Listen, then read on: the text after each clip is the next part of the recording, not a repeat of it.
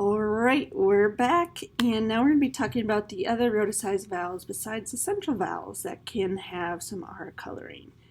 And it's important to really understand these R colored vowels because you're going to spend a lot of time in clinic working on R. Not just that prevocalic R and rabbit and run, but all of these different R vowels because this is the one sound R that our kids in clinic just can't say. And when you're working on R, you're not just going to work just on that prevocalic R. You are going to have to work on each and every R context as well as the R clusters. And just by working on that prevocalic R doesn't mean that these kids are going to learn all these different R's. You will have to work specifically on how to say R and or and ear and air and ire and hour, as well as brr and fur and gur and cur, all those different R contexts. You're gonna have to work on all those.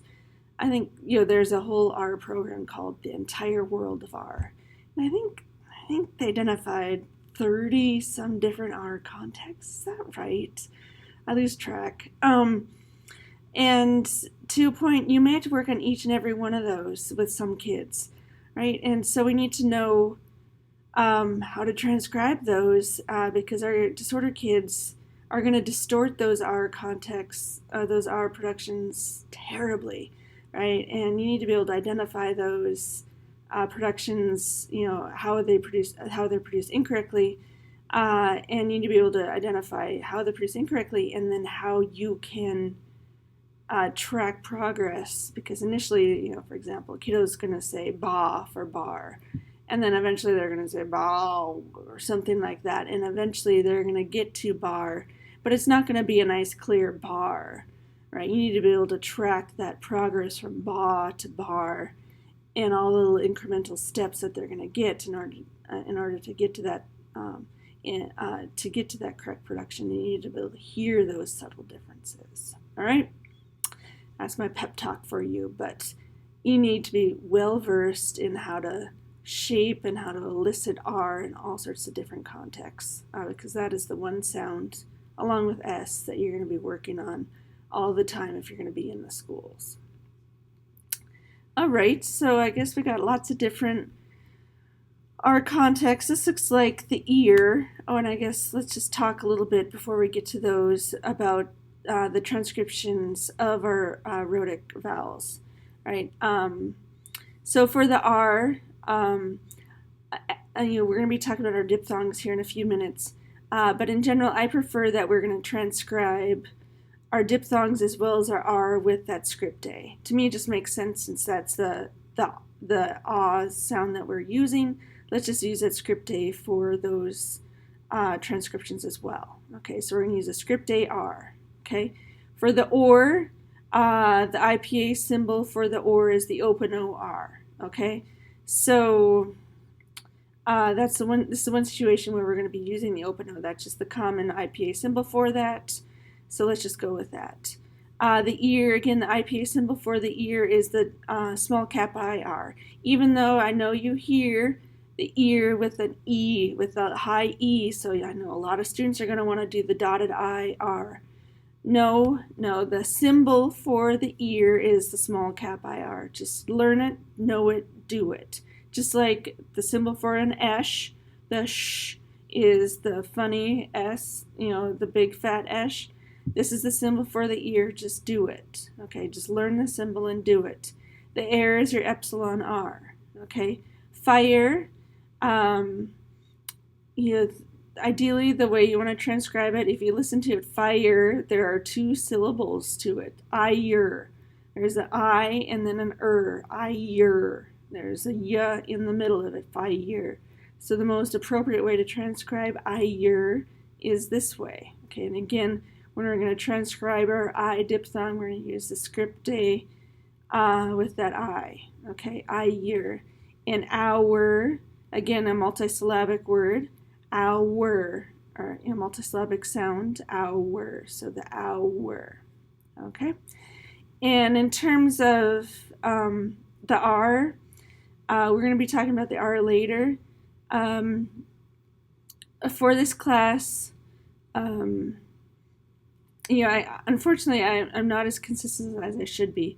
The appropriate IPA symbol for the R is the upside down R. And in some situations, you're going to see that I use the upside down R. In other situations, I'm lazy. So in this situation, it's one of those, I just use the keyboard R. The appropriate IPA symbol, and you'll see in some situations in my slides and in our homeworks, is the upside down R. Don't get freaked out. The upside down R and the right side up R, as long as there's no other symbol that's contradictory, there's another sound in your transcription that is contradictory, can be used interchangeably. Okay, so for most of our situations, you can use the right side up R, but the most appropriate IPA symbol is the upside down R. So for our homeworks, I do want you to use that upside down R. Okay, so I apologize for not being consistent. That just is what it is. Okay. Yeah, so it's explained in your homeworks. Okay. All right, so let's look at these words. These words look like they're all ear. For the most part, they're ear words. So again, ear, small cap I, are words. So spear, small cap I. Weird, series, so small cap I. Steer, pair, this is an epsilon R, pair, right? Fierce is the ear. Era, air, right? So that's an epsilon.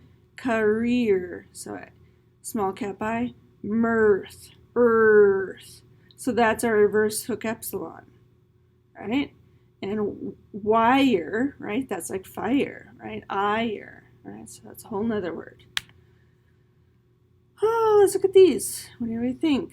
What's our overwhelming sound? Looks like I think they're airs. I think they're the epsilon R's.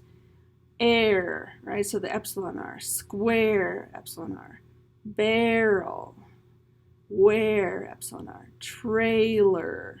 So this is the schwar, air, epsilon R. Pearl. So again, this is a reverse hook epsilon. Chair, epsilon R. Bear, epsilon R. Caramel, air, epsilon R. Caramel. All right. See, what do we got here?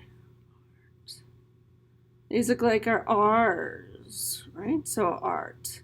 The script A R's. Heart, R. Star, sergeant, farce. Carriage, air, right? So this is our epsilon R. Stare, epsilon R. Marry, epsilon R. Marine, marine. There's actually no, there's no rhotic R at all in this one, marine. So that's interesting. So you have to keep track of that. So that's a schwa and just a regular R. Okay, marine. So schwa, just regular R, prevocalic R. Party, R, script A R. Carbon, script A R. Fourth chord. So these are all our open O R's, the ors. Open O R.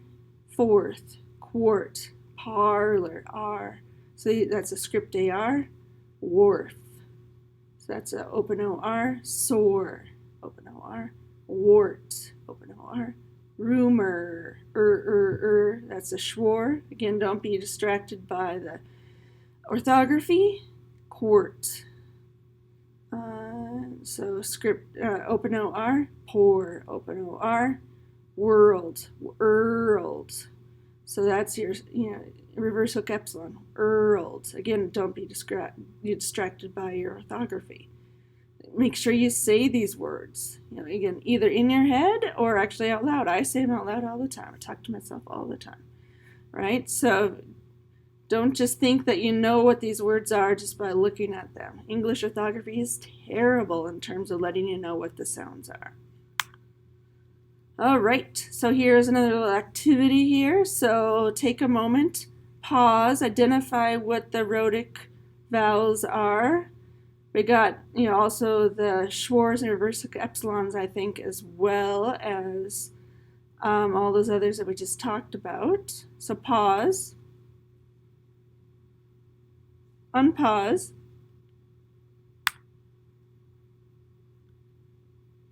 oh, we got a couple other.